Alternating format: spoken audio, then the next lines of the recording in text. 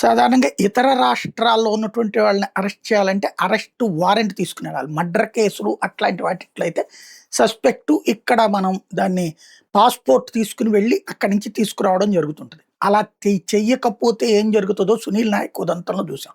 కానీ జర్నలిస్ట్‌లకి అట్లాంటి భద్రత ఎవరు కల్పిస్తారు? అక్కడ ఆయన ఐజీగా ఉన్నారు గాబట్టి, వాళ్ళ డిపార్ట్‌మెంట్ ఆయనకి అండగా నిలబడింది గాబట్టి, అక్కడ కోర్ట్‌లో దాకా గట్టిగా తగులుకోగలిగారు. బట్ జర్నలిస్టులు లేకపోతే గనక సోషల్ మీడియా ఇన్‌ఫ్లుయెన్సర్‌ని ఎవరు కాపాడతారు?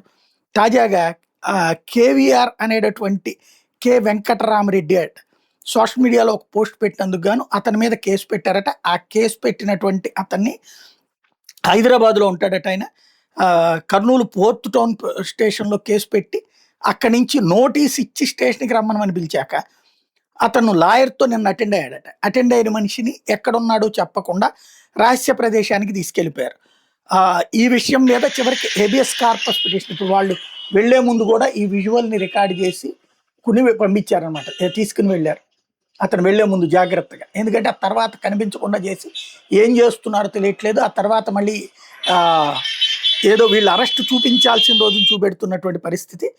లేటెస్ట్‌గా ఈ అంశం మీద హేబియస్ కార్పస్ పిటిషన్ వేసేటప్పటికి, ఆ పిటిషన్ విత్‌డ్రా చేసుకోమని బెదిరిస్తున్నారన్నటువంటిది ఆళ్ళ కుటుంబ సభ్యులు, లాయర్లు ఆరోపిస్తోంది.